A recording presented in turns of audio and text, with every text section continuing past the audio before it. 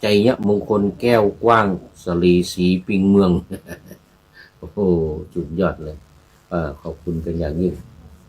เนี่ยมาไก่ยังไม่ทันโหสุริโยไม่จับขอบฟ้าปะหน้าธรรมะยังไม่เสร็จโอ้ดีมากดีมากเอานะก็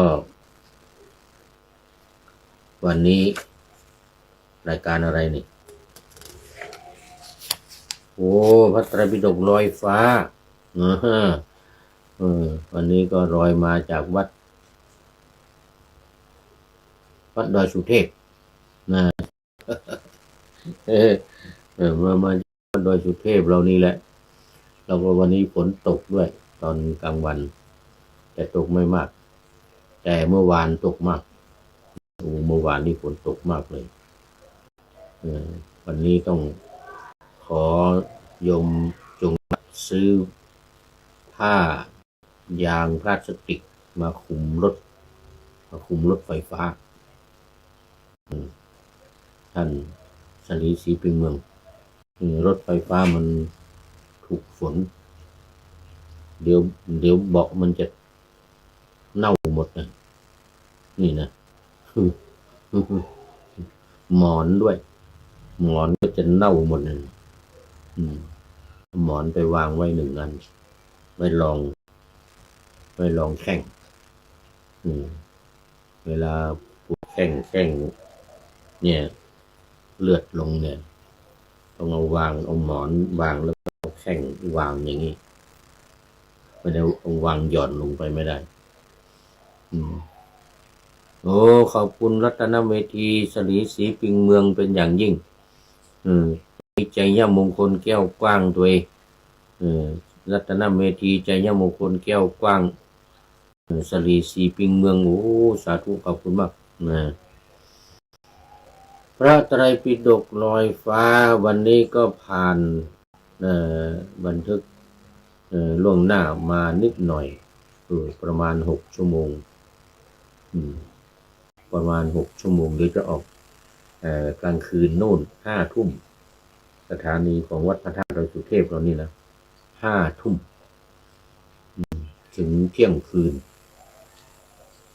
แล้วก็วัดฝายหินวัดปากทางเจริญวัดพระพุทธบาทอุดมอำเภอปากทางเจริญอำเภอดอยหล่อแล้วก็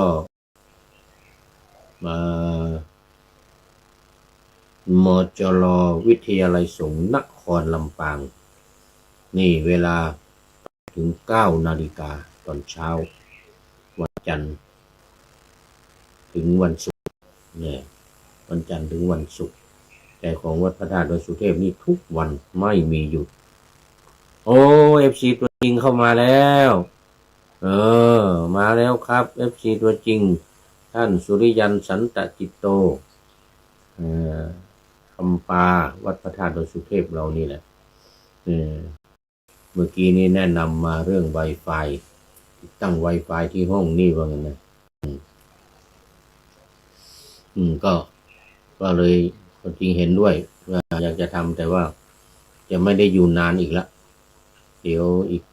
ถ้าวีซ่าออกนี่ก็สัก1 เดือน 2 เดือนก่อนเข้าพรรษานี่วีซ่าออกก็จะต้องไปประเทศญี่ปุ่นอีกแล้วไปเฝ้าวัดประเทศญี่ปุ่นเมืองอิกะเมืองอิกะที่ประเทศญี่ปุ่นนะวัดมิเอะจังหวัดมิเอะประเทศญี่ปุ่นจะต้องไปเฝ้าวัดอีก1 ปีนะไปเฝ้าวัดอีก1 ปีเพิ่งกลับมาจากเอสโตเนียเนี่ยนะไปมา1 ปีเหมือนกันไปเฝ้าวัดที่เยอรมันวัดพระธาตุดอยสุเทพเรานี่แหละ6 เดือนแล้วก็มาเฝ้าวัดที่เอสโตเนียอีก6 เดือนรวมแล้ว1 ปีไปกลับมาเดี๋ยวปีนี้ไปอีก1 ปีกลับมาปีหน้านู่นเลยกลับมาปีหน้า วัดป่ามิเอะนี่ที่ประเทศญี่ปุ่นนี่นะเอาชื่อจังหวัดเป็นชื่อวัดวัดป่ามิเอะอันนี้ยื่นทำวีซ่าไปเรียบร้อยแล้วมันจะต้องเห็นว่าต้องรออีก2-3 เดือนว่างั้นนะรออีก2-3 เดือนถ้า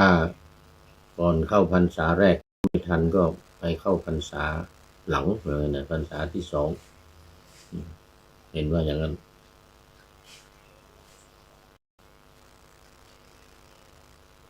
เอามา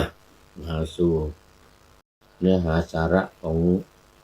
ธรรมะกันเลยวันนี้ตุลุงฮะครับนิมนต์วันนี้มาได้ทำวัดละตุลุงประเสริฐพระใบดีกาประเสริฐประสันโน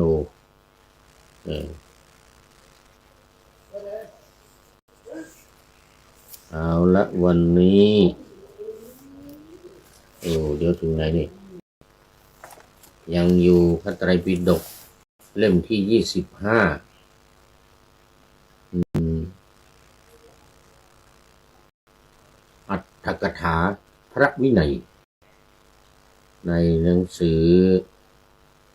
สมันตปาสาธิกาที่3หรือตติยสมันตปาสาธิกาเป็นอัตถกถาเป็นพระวินัยอธิบายศัพท์อธิบายความพระวินัยเมื่อจบไปเมื่อวันก่อนก็สัจจิวิหาริกวัตตกถาว่าด้วยสัจจิวิหาริกคือเป็นวัดที่พระอุปัชฌาย์พึงทำต่อสัจจิวิหาริกวันนี้สัมมาวัตตนาธิกถากล่าวด้วยเรื่องวัดที่ชอบเป็นต้นสัมมาแปลว่าโดยชอบวัดข้อปฏิบัติที่เหมาะสมงดงามของพระภิกษุสงฆ์สามเณรตลอดถึงอุบาสกอุบาสิกาในพระพุทธศาสนาตอนนี้ขอต้อนรับคุณโยมอีทเครืองามนี่เป็น FC ใหม่ FC ใหม่เดี๋ยวต้องเขียนไว้หน่อยคุณโยมอีทเครืองามนี่เครืองามนะมีหลายท่าน FC ใหม่เข้ามายังไม่ได้เปิดโปรไฟล์ไม่มีเวลาแต่วันนี้ก็ไปในเมืองติดต่อประสานงานถ่ายเอกสารส่งเอกสารไปขอวีซ่าเพิ่งกลับมาเมื่อกี้นี้ยังไม่เสร็จพรุ่งนี้อีกถ่ายเอกสารสำเนาทะเบียนวัดปรากฏว่ามันอยู่ที่มืดแล้วก็วันนี้มันครึ้มฟ้าครึ้มฝนไม่สว่างเราขอให้มันถ่ายใหม่วันพรุ่งนี้จะต้องไปสำนักงานไปเอาไปขอใบ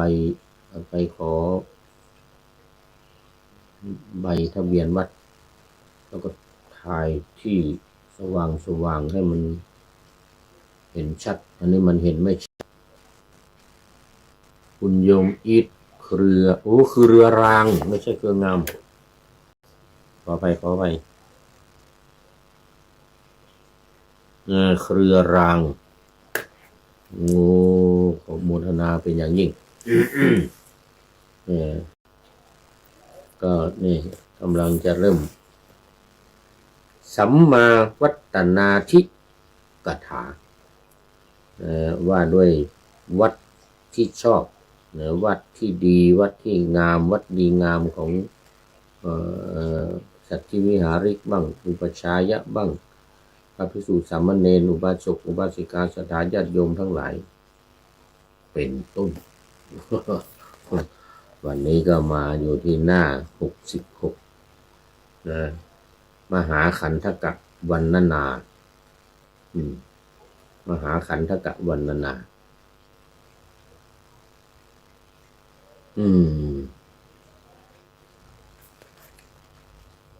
ข้อว่าณสัมมาวัตตันติมีความว่าไม่ทำอุปชายวัตรตามที่ทรงบัญญัติไว้ให้เต็มเมื่อกี้นี้สัมมาชื่อนะชื่อของเรื่องแต่คราวนี้ไม่เต็มเลยทีเนี้ยไม่สมบูรณ์เหมือนกันนะไม่ทำอุปชายวัตรตามที่ทรงบัญญัติไว้ให้เต็มณสัมมาวัตตังณสัมมาวัตตังถ้าทำให้เต็มก็ไม่มีนะเพราะว่าโยนะสัมมาวัตตยะมีความว่าสัตถิวิหาริกใดไม่ทำวัดตามที่ทรงบัญญัติไว้ให้เต็มสัตถิวิหาริกนั้นต้องทุกกฎนี่ต้องอาบัติทุกกฎอย่างอุปชายวัตรที่ผ่านมาเนี่ยนะหรือแม้แต่สัตถิวิหาริกวัตรที่อุปชาพึงทำต่อสัตถิวิหาริกนะถ้าสัตถิวิหาริกไม่ให้เต็มไม่ทำอย่างสมบูรณ์อย่างเต็มที่เป็นอาบัติทุกกฎบทว่าปนาเมตัพโพได้แก่พึงรุกรานนี่ต้องทราบว่าความหมายในภาษาบาลีของคำว่าประนามเนี่ยนะปนามะเนี่ยปนามะคาถาเนี่ยนะปนามะคาถาเนี่ยในคือเราในภาษาไทยเราจะหมายถึงว่าการเคารพนอบน้อมเนี่ยแต่ประนามเนี่ยในที่นี้เนี่ยจะหมายถึงตรงกันข้ามเลยนะคือรุกรานก็คือการประนามการว่าคนนั้นไม่ดีอย่างนั้นไม่ดีอย่างนี้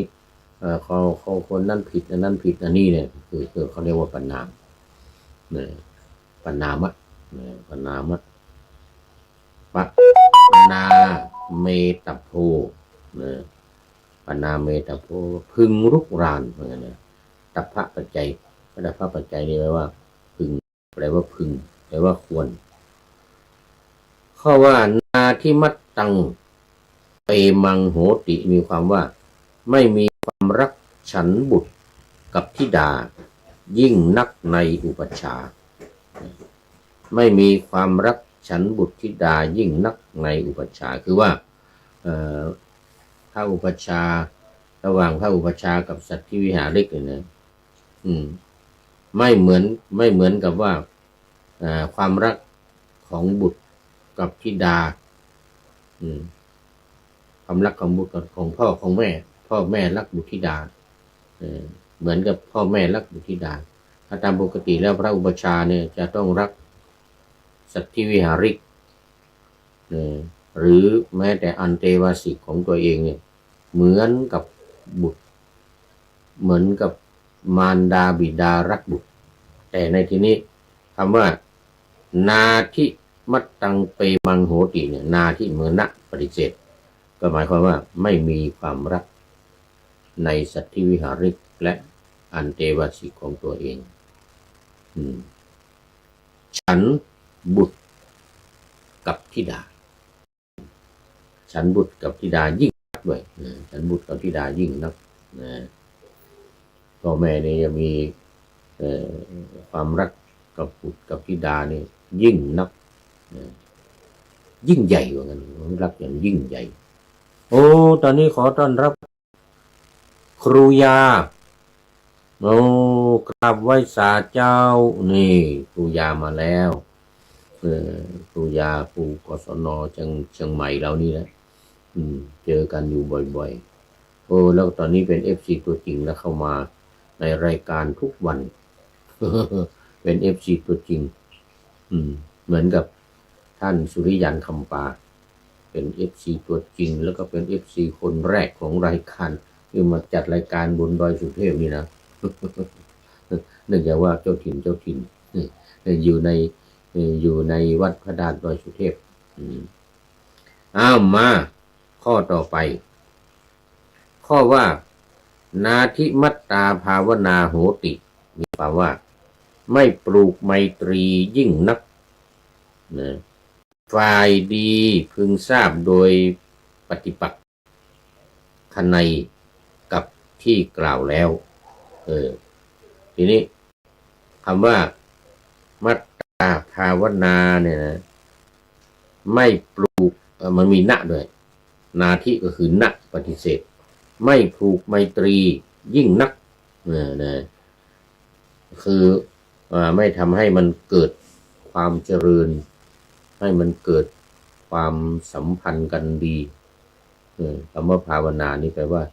เจริญแปลว่าทำให้เกิดทำให้มีทำให้ดีขึ้นแต่มันมีณมาปฏิเสธนาทิมัตตาภาวนามันก็จึงหมายถึงว่าไม่ผูกไมตรีไม่ทำความสนิทสนมไม่ทำความเอื้อเฟื้อเกื้อกูลซึ่งกันและกันเรียกว่านาทิมัตตาภาวนาข้อว่าอลังปนาเมตุงมีความว่าสมควรประนามมีความผิดมากผิดอาบัติมากสมควรที่จะประนามให้ขึ้นหน้าขึ้นตาขึ้นให้คนทั้งหลายได้รับทราบข้อว่าอัปปนาเมนโตปัจชายโยสาติสาโรโหติมีความว่าเมื่ออุปัชฌาย์ไม่ประนามย่อมเป็นผู้มีโทษคืออยู่คือย่อมต้องอาบัติเพราะเหตุฉะนั้นเมื่อสัทธิวิหาริกไม่ประพฤติชอบหรือประพฤติมิชอบควรต้องประนามแท้ควรต้องประนามแท้ก็ในการไม่ประพฤติชอบนั้นมีวินิจฉัยดังต่อไปนี้ว่ามีอะไรบ้างที่ว่าไม่ประพฤติชอบเมื่อสัทธิวิหาริกไม่ทำวัดเพียงย่อมมีจีวรขอไปย้อมจีวรความเสื่อมย่อมมีแก่อุปัชฌาย์เพราะเหตุนั้นเมื่อสัทธิวิหาริกไม่ทำวัดเพียงย้อมจีวรความเสื่อมย่อมมีแก่อุปัชฌาย์เพราะเหตุนั้นเมื่อสัทธิวิหาริกผู้พ้นนิสัยแล้วก็ดียังไม่พ้นก็ดีไม่ทำวัดนั้นเป็นอาบัติเหมือนกันเป็นอาบัติเหมือนกันทุกกฎอาบัติทุกกฎตั้งแต่ให้บาตรแก่คนบางคนไปเป็นอาบัติแก่ผู้ยังไม่พ้นนิสัยเท่านั้นเราสัทธิวิหาริกประพฤติชอบอุปัชฌาย์ไม่ประพฤติชอบเป็นอาบัติแก่อุปัชฌาย์อุปัชฌาย์ประพฤติชอบพวกสัตธิวิหาริกไม่ประพฤติชอบเป็นอาบัติแก่พวกเธอเมื่ออุปัชฌาย์ยินดีวัดพวกสัตธิวิหาริกถึงมีอยู่มากเป็นอาบัติทุกรูปว่าทุกรูปเลยอุปัชฌาย์กล่าวว่าอุปถากของฉันมีพวกเธอจงทำความเพียรในสาธยายและในมนสิการเป็นต้นไม่ต้องมาอุปถัมภ์อุปถากเพราะว่าสัตธิวิหาริกมีเยอะแต่ให้ตั้งใจพยายามทำความเพียรปฏิบัติธรรมของตนไปเถิดนี่แหละไม่เป็นอาบัติแก่พวกสัตธิวิหาริกถ้าอุปัชฌาย์อนุญาตแล้วว่ามีเยอะพวก สัตธิวิหาริกมันมีหลายรูปก็คนหนึ่งทำคนหนึ่งไม่ทำก็ไม่เป็นไรอนุญาตว่าให้ทำความเพียรมีการสาธยายมนต์มีการมนสิการคือทำไว้ในใจโดยอุบายอันแยกคายในธรรมะในหัวข้อธรรมะต่างๆทางในฝ่ายทั้งฝ่ายสมถะและวิปัสสนาสมถกรรมฐานและวิปัสสนากรรมฐาน10ต่อไปนะเรื่องการอุปถัมภ์อุปถากนี่มีสัตธิวิหาริมีมากมีหลายรูปไม่ต้องห่วงอย่างนี้ไม่เป็นอาบัติถ้าอุปชาไม่รู้จักความยินดีหรือไม่ยินดีเป็นผู้เขลาสัตธิวิหาริกมีมากรูปในพวกเธอถ้าภิกษุถึงพร้อมโดยวัดรูปหนึ่งปล่อยภิกษุนอกนั้นเสียรับเป็นภาระของตนอย่างนี้ว่าผมจะทำกิจของอุปัชฌาย์แทนพวกท่านจงเป็นผู้มีความขวนขวายน้อยอยู่เถิดดังนี้ไม่เป็นอาบัติแก่เธอทั้งหลายจำเดิมแต่ไว้ภาระแก่ภิกษุนั้นไปคืออาจจะมีบางรูปที่อาสาเพราะว่ามันมีสัตธิวิหาริกมากก็มีบางรูปอาสาว่าโอ้ผมจะเป็นผู้ทำท่านทั้งหลายปฏิบัติทำกรรมฐานไปเถิดเพื่อให้บรรลุธรรมไม่ต้องเป็นห่วงเรื่องการอุปถัมภ์อุปถากพระอาจารย์พระอุปัชฌาย์ผมรับผิดชอบเองอย่างนี้นะในกรณีนี้ภิกษุทั้งหลายที่ไม่ได้ทำวัดต่ออุปัชฌาย์มีถวายน้ำบ้วนปากเป็นต้นมีการทำความสะอาดบริเวณวัดของพระอุปัชฌาย์อย่างนี้เป็นต้นนะที่เป็นวัดที่เคยกล่าวมาแล้วที่ผ่านมาสัตธิวิหาริกจึงทำแก่พระอุปัชฌาย์ไม่ทำก็ได้ถ้ามีคนรูปใดรูปหนึ่งอาสาทำเองก็ไม่ต้องทำนะแล้วทีนี้สัมมาวัตนาธิกถานี่จบพอดีอันนี้ไม่มากเพราะเป็นต้นนะใช้คำว่าเป็นต้นเป็นวัดปฏิบัติที่สมควรที่เหมาะสมที่ชอบต่อไปยัตติจตุถกรรมอุปสัมปทาละทีนี้ที่ผ่านมาเนี่ยเราพูดถึงการอุปสมบทด้วยเอหิภิกขุอุปสัมปทาและต่อมาเป็นสรณคมการถึงพระรัตนตรัยพระพุทธพระธรรมพระสงฆ์เนี่ยว่าเป็นที่พึ่งเป็นสรณะนี่ก็ถือว่าเป็นการบวชถือว่าเป็นการบวชโดยถือไตรสรณคมก็มางดการถือไตรสรณคมไม่ใช่งดคือเอาแค่สามเณรให้ถือไตรสรณคมได้แม้ในปัจจุบันนี้ตั้งแต่อดีตจนถึงปัจจุบันเนี่ยสามเณรถือสรณคมพระพุทธธรรมพระสงฆ์ทุติยัมปิตติยัมปิพระอุปัชฌาย์บอกว่าติสรณคมนังนิพพิตังเนี่ยนะติสรณคมนังนิพพิตังเนี่ยคือว่าการถึงสรณคมเนี่ยจบแล้วสามเณรที่มาขอสรณคมเนี่ยถือว่าเป็นสามเณรทันทีเลยเพราะฉะนั้นคำว่าติสรณคมนังนิพพิตังอามะพันเตเนี่ยนะเป็นการใช้การบวชสามเณรแต่ในปัจจุบันนี้มีพระเถระหลายรูป นำมาใช้เวลาให้ศีลแก่ญาติโยมศีล5หรือศีล8เลยว่าพอทางธรรมังสังฆังเสร็จก็ว่าติสรณะคัมมนังนิพพิตัง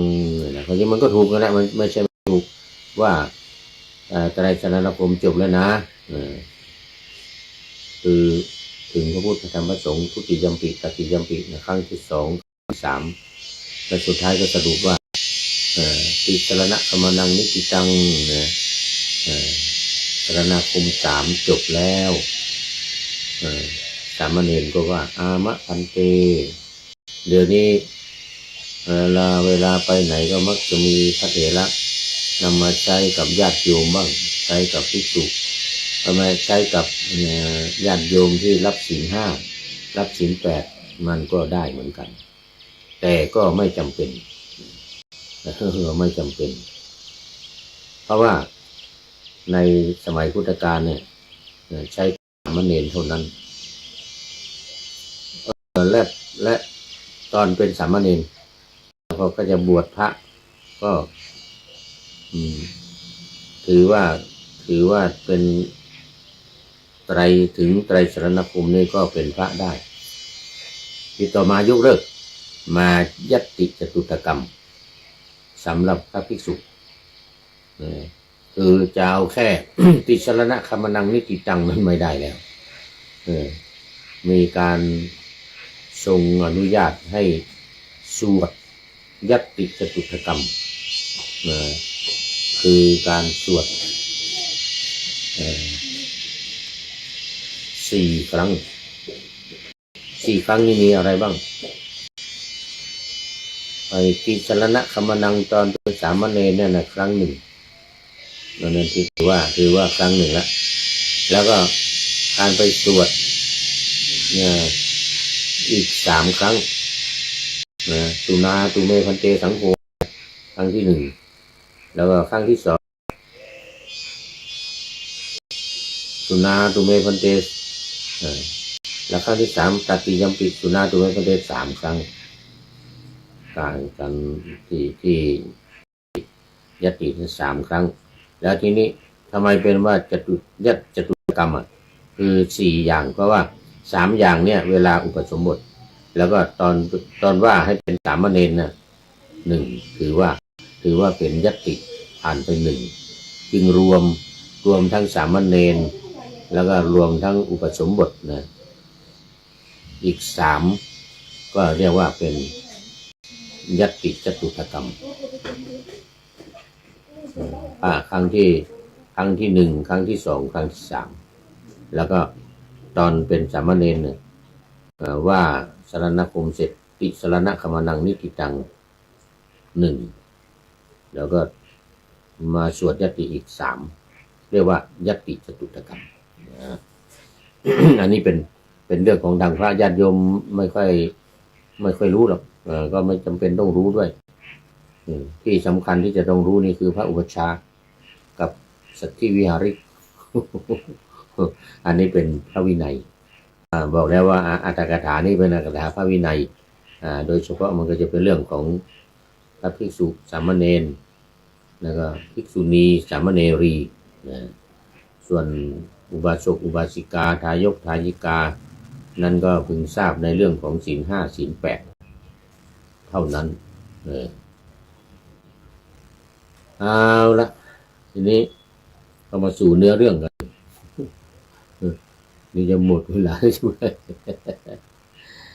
เนื้อเรื่องก็คือว่าวินิจฉัยในเรื่องราธพรามต่อไปอันนี้ยกละบวชราธพรามมาพระสารีบุตรผู้มีอายุย่อมทราบบรรพชาและอุปสมบทซึ่งพระผู้มีพระภาคทรงอนุญาตด้วยไตรสรณคมที่กรุงพาราณสีแม้โดยแท้ถึงกระนั้น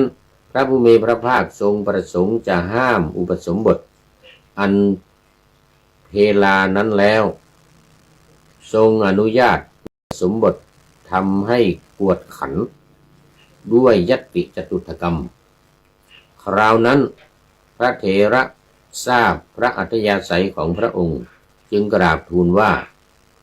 พระเจ้าข้าพระองค์จะให้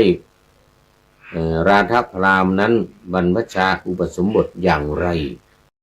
อย่างเหมือนเมื่อกี้เนี่ยนะคือเฉพาะไตรสรณคมเนี่ยไม่ได้แล้ว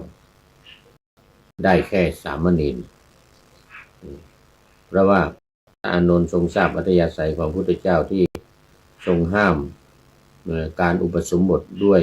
ไตรสรณคมอย่างเดียวต้องมียติจตุถกรรมด้วยแล้วสวดต้องมีการสวดยติเนี่ยอีก3 ครั้งรวมทั้งสามเณรเป็น1อย่างที่ว่าเนี่ยนะจริงอยู่บริษัทของพระพุทธเจ้าทั้งหลายย่อมเป็นผู้ฉลาดในอัธยาศัยคือฉลาดอัธยาศัยของพระพุทธเจ้านะและพระผู้มีอายุสารีบุตรนี้เป็นผู้ประเสริฐเป็นยอดของพุทธบริษัทคือรู้อัธยาศัยของพระพุทธเจ้าในคำว่าพยัตเตนะภิกขุนาปฏิภาเลนะนี้มีวินิจฉัยว่าวินัยปิฎกพร้อมทั้งอรรถกถาของภิกษุใดช่ำชองคล่องปากภิกษุนั้นจัดว่าเป็นผู้ฉลาดเมื่อภิกษุเช่นนั้นไม่มีพุทธวจนะโดยที่สุดแม้เพียงยัตติจตุถกรรมวาจานี้ของภิกษุใดเป็นของที่จำได้ถูกต้องช่ำชองคล่องปากแม้ภิกษุนี้ก็จัดว่าเป็นผู้ฉลาดในถักหรือเนื้อความได้ฝ่ายภิกษุใดไม่สามารถสวดกรรมวาจาด้วยบทและพยัญชนะอันเรียบร้อยคือว่าพยัญชนะหรือบททำพยัญชนะหรือบทให้เสียหรือควรจะว่าอย่างอื่นกลับว่าเป็นอย่างอื่นโอ้ตอนนี้ขอต้อนรับคุณโยมสมชายจิว่าจะเข้าไปดูโปรไฟล์แต่ยังไม่มีต้องขออภัยโอ้ตอนนี้งานมากกำลังยุ่งเรื่องทำวีซ่านี่แหละเนี่ยเรื่องเอกสารอะไรต่างๆวิ่งทั้งวันยังไม่เสร็จตรงพรุ่งนี้อีกวันหนึ่งโมทนาเนี่ยคุณโยมสมชายจิเข้ามาโมทนาเป็นอย่างยิ่งนี่นะไว้ว่าควรที่จะว่าอย่างอื่นแต่กลับใครไปว่าอีกอย่างหนึ่งอย่างนี้คือการเวลาสวดยัตติที่จะอุปสมบทนะมีตุนาตุเมพันเตสังโฆยะทิสังกัสสะปะตะกัลลังเป็นต้นเนี่ยนี่เรียกว่ายัตติสวดยัตติให้สามเณรเนี่ยเป็นพระภิกษุการสวดให้สามเณรเป็นพระภิกษุเพราะความเจ็บไข้มีไอหืดและเสมหะเป็นต้นหรือเพราะอวัยวะมีริมฝีปากฟันและลิ้นเป็นต้นใช้การไม่ได้หรือเพราะได้ทำความสมไว้ในพระปริยัติภิกษุนี้จัดว่าเป็นผู้ไม่ฉลาดไม่สามารถภิกษุผู้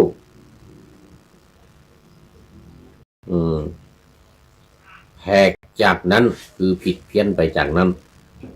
พึงทราบว่าเป็นผู้สามารถในอัตถานี้แต่บางคนที่ไม่ค่อยสบายก็พูดไม่ชัดออกเสียงไม่ถูกก็มีไอเป็นไข้เป็นหวัดมีเสมหะเป็นต้นอันนี้ก็อาจจะผิดพลาดไปเวลาสวดยัตติจตุถกรรมเวลาสวดนี่พูดถึงราธพราหมณ์ เอ่อท่านพระอานนท์ได้รับอนุญาตเป็นพระอุปัชฌาย์เป็นผู้บวชให้ราธพราหมณ์ตามประวัติที่ว่าราธพราหมณ์ได้ถวายภัตตาหารทัพพีหนึ่งสมัยไปบิณฑบาตเสร็จแล้วก็พอตกทุกข์ได้ยากมาอยู่วัดอยากจะบวชพุทธองค์ก็ทรงถามภิกษุทั้งหลายว่าใคร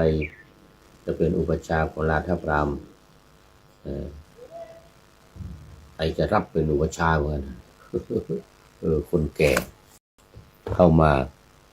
บวชตามปกตินี่เขาไม่อยากจะรับเพราะว่าหัวดื้อคนแก่นี่หัวดื้อ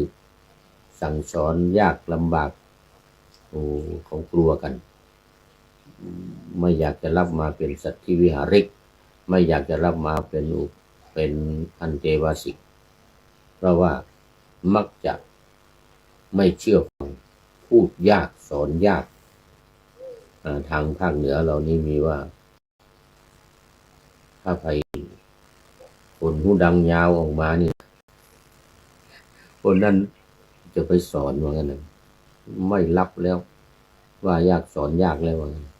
คนจมูกยาวออกมาข้างนอกคนจมูกยาวออกมาข้างนอกโอ้โหสอนไม่ได้แล้วแต่ราธพราหมณ์นี่เหมือนกันราธพราหมณ์นี่วันเป็นมหาเศรษฐีแต่พอเป็นเศรษฐีตกยากก็มาอาศัยอยู่วัดแต่ก็ได้อาหารการกินอะไรดีสะดวกสบายที่อยู่สามเณรได้อาหารบิณฑบาตอะไรมาก็เอาให้กินสบายอยู่สบายไม่มีปัญหาแต่อยากจะบวชไม่มีใครบวชให้ไม่มีใครเป็นอุปัชฌาย์พระพุทธเจ้าก็ตรัสถามภิกษุทั้งหลายพระอานนท์ก็ยกมือผมครับเนี่ยเอาทำไมเนี่ยราธพราหมณ์นี่มันเป็นคฤหัสถ์เคยถวายภัตตาถวายข้าว1 ทัพพีว่างั้นสารีบุตรนี่แหละเดี๋ยวอานนท์หรือสารีบุตรเนี่ยสารีบุตรถวายข้าว1 ทัพพีก็เลยนึกขึ้นมาได้ว่าวันนั้นเราอยู่ได้มาจนถึงวันนี้ก็เพราะข้าว1 ทัพพีของพราหมณ์นี้แหละ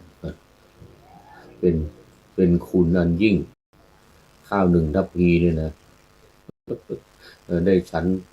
อิ่มไปตลอด1 วันฉันอิ่มไป1 วันสารีบุตรก็นึกถึงได้นึกถึงพราหมณ์นึกถึงอุปการะของพราหมณ์คนนี้ได้รับเป็นอุปัชฌาย์แต่ตรงกันข้ามเลยนะตรงกันข้ามหมายถึงว่าพอบวชเข้ามาแล้วเนี่ยกลายเป็นคนแก่ที่พูดง่ายสอนง่ายทำตามทุกอย่างแล้วก็บรรลุเป็นพระอรหันต์นี่เร็ว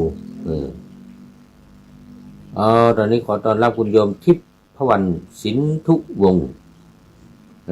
คุณโยมทิพพวรรณสินธุวงศ์โอ้ยโมทนาเป็นอย่างยิ่งบอกว่าน้อมกราบนมัสการสาธุสาธุในธรรมท่านพระอาจารย์เหมือนกันนะโอ้โมทนาเป็นอย่างยิ่งคุณโยมทิพวรรณสินธุวงศ์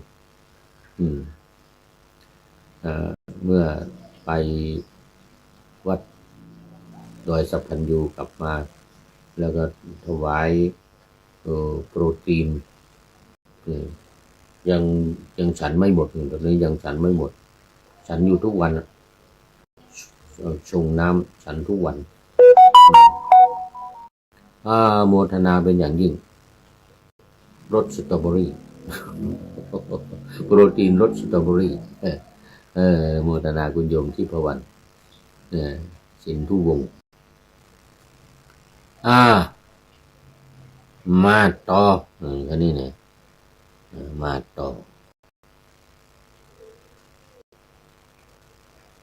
ในเรื่องของความสามารถในการสวดอุปสมบทในการสวดอุปสมบทแล้วราธพราหมณ์นี่ก็เมื่อพระสารีบุตรรับเป็นอุปัชฌาย์ให้ก็หลังจาก บวชแล้วผิดคาดเลยภิกษุทั้งหลายคิดกันว่าคนมาบวชแก่เนี่ยขนจมูกยาวเนี่ยเป็นคนว่ายากสอนยากไม่ฟังกลับตาลับปัดเลยทีนี้ราธพราหมณ์เป็นผู้ที่ว่าง่ายสอนง่ายโอ้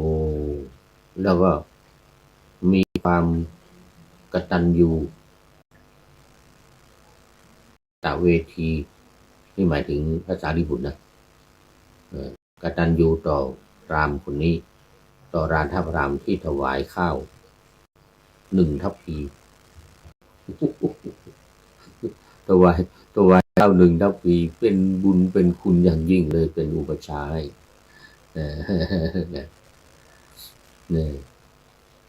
ว่าสังโฆชาเปตัพโพมีความว่าสงฆ์อันภิกษุนั้นพึงให้ทราบสังโฆชาเปตัพโพสงฆ์อันภิกษุนั้นพึงให้ทราบคือหมายถึงว่าให้สงฆ์เนี่ยทราบว่าภิกษุเนี่ยราธพราหมณ์เนี่ยที่จะบวชเนี่ยเป็นบวชในภายของพระสารีบุตรนะพระสารีบุตรเป็นพระอุปชฌาย์นะราธพราหมณ์เป็นสัตถิวิหาริกให้สงฆ์ทั้งหลายได้ทราบนะเรียกว่าสังโฆชาเปตัพโพเบื้องหน้าแต่นี้พระผู้มีพระภาคตรัสสุนาตุเมพันเตเป็นต้นนะเพื่อแสดงข้อที่ภิกษุนั้นควรให้สงฆ์ทราบสุนาตุแปลว่าจงฟังเมพันเตสังโฆเนี่ยพระสงฆ์จงฟังข้าพเจ้าก็หมายถึงว่าจะให้สงฆ์ทั้งหลายที่นั่งอยู่ในรัฐบาลเนี่ยได้รับทราบว่าต่อไปเนี่ยคนนี้จะเป็นผู้เข้ามาบวชแล้วก็บอกฉายาชื่อฉายานี้คนนี้เป็นพระอุปชฌาย์อย่างนี้นะประกาศให้สงฆ์ทราบโดยขึ้นต้นว่าสุนาตุเมพันเตสังโฆยะทิสังฆจัปปตะกลังเมื่อสงฆ์พร้อมแล้วก็จะยกบุคคลคนนี้ขึ้นเป็นอุปสัมปทาเปกก็คือเป็นพระภิกษุข้อว่าอุปสัมปันนะสมนันตรามีความว่าเป็นผู้พออุปสมบทแล้วย่อมประพฤติอนาจารในการเป็นลำดับต่อติดกันไปนี่อุปสัมปันนะสมนันตราผู้ที่พออุปสมบทเสร็จแล้วเนี่ยก็ประพฤติผิดอนาจารประพฤติผิดคือในประโยคเดียวกันนี่นะถ้าจะงามเพราะเพื่อทำเสร็จแล้วย่อมว่าเป็นผู้ที่ตั้งใจทำตั้งใจตั้งจิตในการที่จะทำให้มันงามแต่ในการที่จะให้ผิดทำผิดเป็นอาบัติทุกกฎทุกภาสิทธิทุนรัดใจหรืออาบัติต่างๆนี้ก็ผิดไปเลยอย่างนี้นี่คือความหมายเป็นลำดับติดต่อกันติดต่อเนื่องกันคือทำผิดต่อเนื่องกันข้อว่าอนาจารังอาจารติมีความว่าย่อมทำความละเมิดพระบัญญัตินี่คือบัญญัติที่ละเมิดไว้แล้วขอไปที่บัญญัติไว้แล้วก็มีการละเมิดข้อบัญญัติที่พระพุทธองค์ทรงวางไว้คือเหมือนกับประธานาธิบดี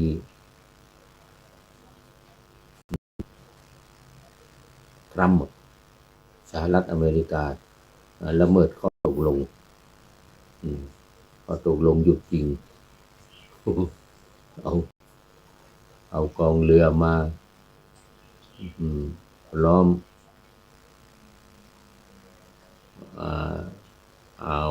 เดี๋ยวช่องแคบฮอร์มุซแล้วก็ยิงเรือของอิหร่านด้วยนี่ละเมิดข้อตกลงหยุดยิงคือตกลงหยุดยิง2 อาทิตย์เสร็จแล้วก็เนี่ย ประกาศอีกไม่เอาละ2 อาทิตย์นั่นน่ะประกาศหยุดต่อไปไม่มีกำหนดเหมือนกันโอ้อย่างนี้เรียกว่าละเมิดข้อตกลงกันหรือประกาศเอาเองเอาเองเสร็จแล้วก็ระหว่างที่รอการติดต่อกันนี่ก็เอากองเรือเข้ามาก็ยิงเรืออิหร่านอย่างเงี้ยนะนี่เป็นต้นนี่เขาเรียกว่าละเมิดข้อตกลงกันละเมิดสัญญาละเมิด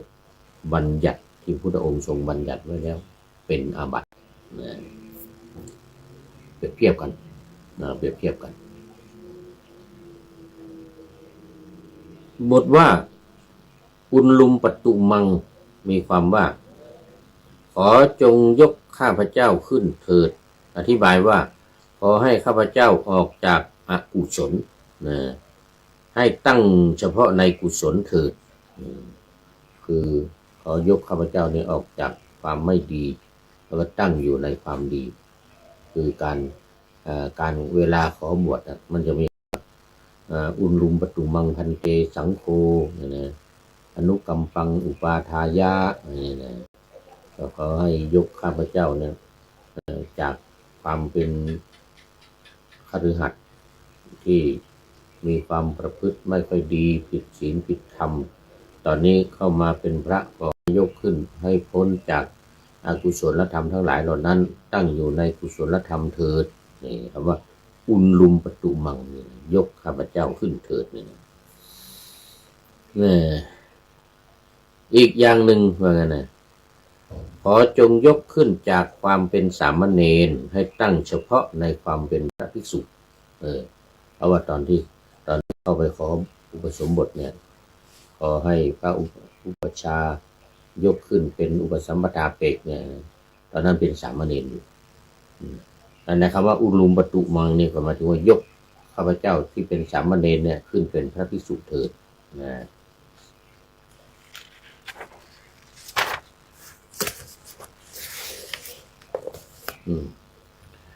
สองบทว่าอนุกัมปังอุปาทายะได้แก่อาศัยความสงสารอธิบายว่ากระทำความเอ็นดูในข้าพเจ้าเถิดอนุกัมปังอุปาทายะก็ต่อจากอุลุมปตุมังพันเตสังโฆยกขึ้นจากสามเณรยกขึ้นจากอกุศลธรรมให้ตั้งอยู่ในคุณงามความดีสองบทว่าอัตถิตาโหติมีความว่าเป็นของเป็นไปเป็นนิจอัตถิตาโหติคือเพื่อเป็นไปเป็นประจำเป็นประจำเป็นไปตลอดไม่ขาดสายสองบทว่าตาโรนิสเยได้แก่ปัจจัยสี่ปัจจัยสี่พระผู้มีพระภาคตรัสเรียกว่านิสัยเพราะเหตุว่าเป็นที่อาศัยเป็นไปของอัตภาพร่างกายของเราเนี่ยจะต้องอาศัยปัจจัยทั้งสี่มีข้าวปลาอาหารเสนาสนะที่อยู่อาศัยเนี่ยนะเป็นต้นเนี่ยนะเพื่อที่จะยังอัตภาพของเราเนี่ยให้เป็นไปให้มีชีวิตอยู่ได้ให้อยู่ได้ว่างั้นนั้นจึงเรียกว่านิสัยนิสัยสี่มีอะไรบ้างอาหารบิณฑบาตเสนาสนะที่อยู่อาศัยจีวรเครื่องนุ่งห่มแล้วก็ยารักษาโรคมี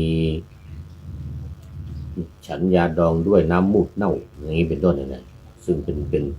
นยา4 อย่างนี้เป็นปัจจัยที่สำคัญต้องมียารักษาโรคเป็นแผนโบราณฉันยาดองด้วยน้ำมูดเน่านี่เป็นแผนโบราณคือน้ำปัสสาวะนี่แหละน้ำปัสสาวะที่ดองเนี่ยเขาเรียกว่ามันเน่ามันดองมันเน่าอยู่ในท้องเนี่ยออกมาเอามาดองสมอหรือมะขามป้อมเอามาฉันเป็นยาปฏิชีวนะป้องกันไม่ให้เป็นหวัดนี่ดีนักแล มะขามป้อมมะขามป้อมดองเนี่ยนะอย่างนี้เป็นต้นดูไปดูมาหมดเวลาวันนี้คงเอาไว้แค่นี้ก่อนเพราะว่าหมดเวลาจะแล้วถึงมะขามป้อมดองเนี่ยนะจัตตาโลนิสเยข้อมันจบพอดีนี่นะจบพอดีเลยในหัวข้อเมื่อกี้นี่ยัตติจตุถกรรมวะอุปสัมปทานี่จบพอดีเลยหมดเวลาพอดีก็จบพอดีเลยนะวันนี้ได้1หัวข้อ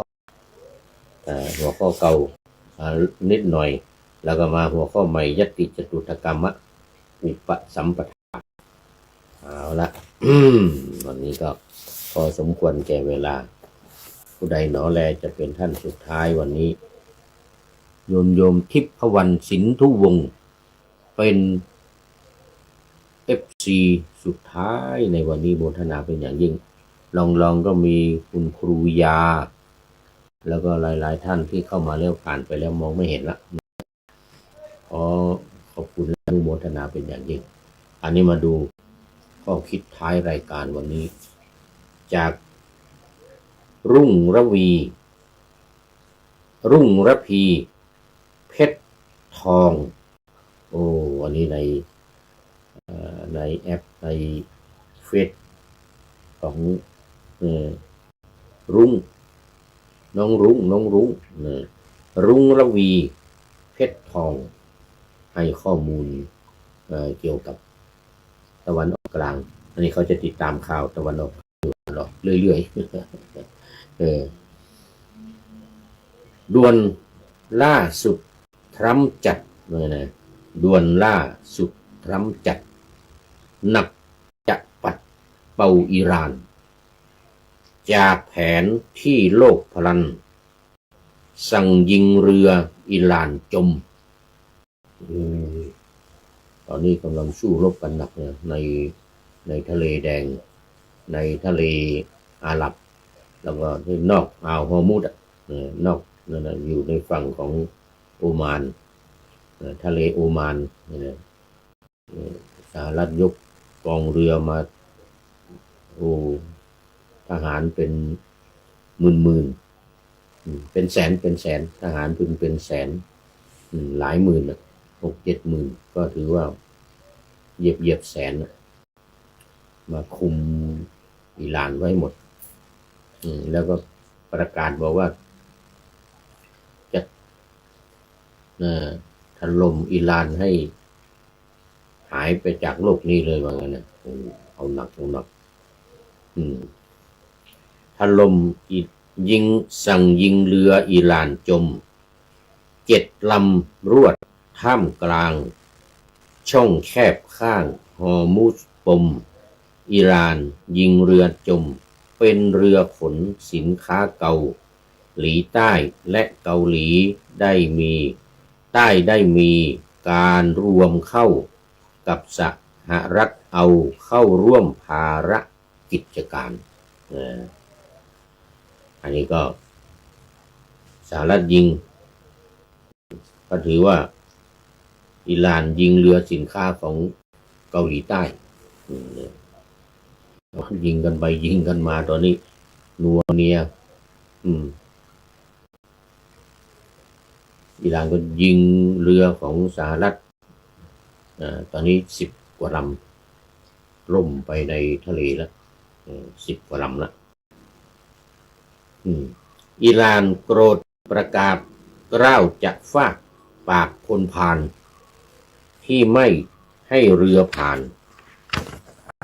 ช่องแคบฮอร์มุซออกไปไม่ยอมจำนนต่อพ่อใหญ่ทรัมป์แต่อย่างใดต้องคอยดูว่าใครจะถอยก่อนจากสงครามระหว่างสหรัฐกับอิหร่านเนี่ยใครจะถอยก่อนสหรัฐนี่มีแนวร่วมคืออิสราเอลด้วยนะอิสราเอลกับสหรัฐนี่ร่วมกัน2 ประเทศ สองประเทศร่วมกัน เฉพาะสหรัฐเดียวก็อย่างเดียวก็ใหญ่อยู่แล้วเป็นประเทศใหญ่เขาเรียกอสมมาตรสงครามอสมมาตรเหมือนช้างกับมดสู้กันว่างั้นนะอิหร่านประเทศเดียวเล็กๆแล้วก็อิสราเอลนี่ก็เป็นผู้มีอานุภาพทางอาวุธมีนิวเคลียร์ด้วยมีหัวรบนิวเคลียร์ด้วยหลายร้อยนะอิสราเอลถึงแม้เป็นประเทศเล็กๆแต่ว่ามีอานุภาพทางด้านอาวุธยุทโธปกรณ์สุดยอดแล้วสหรัฐก็เป็นประเทศมหาอำนาจหนึ่งเดียวในโลกด้วยยกกองทัพมารบกับอิหร่านเหมือนช้างกับมดว่างั้นเขาเรียกอสมมาตรสงครามอสมมาตรยังต่อสู้กันอยู่พันละวันตอนนี้ในทะเลด้วยกองเรือเอาละก็ขอบคุณน้องรุ้งละพีเพชรทองไว้ณที่นี้เป็นอย่างยิ่งขอนำพระไตรปิฎกลอยฟ้าไปจากผู้ฟังทั้งหลายในโลกกล้า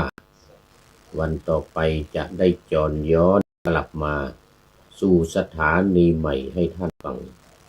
อย่าลืมเปิดวิทยุหรือเครื่องรับโทรศัพท์โมบายคอมพิวเตอร์ผัง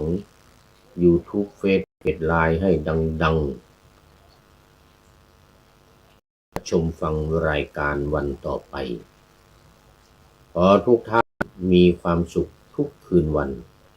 นำธรรมะประกอบการงานทั้งหลายเช่นขยันทำงานทางวาจากายใจขวนขวายกิจการงานนาน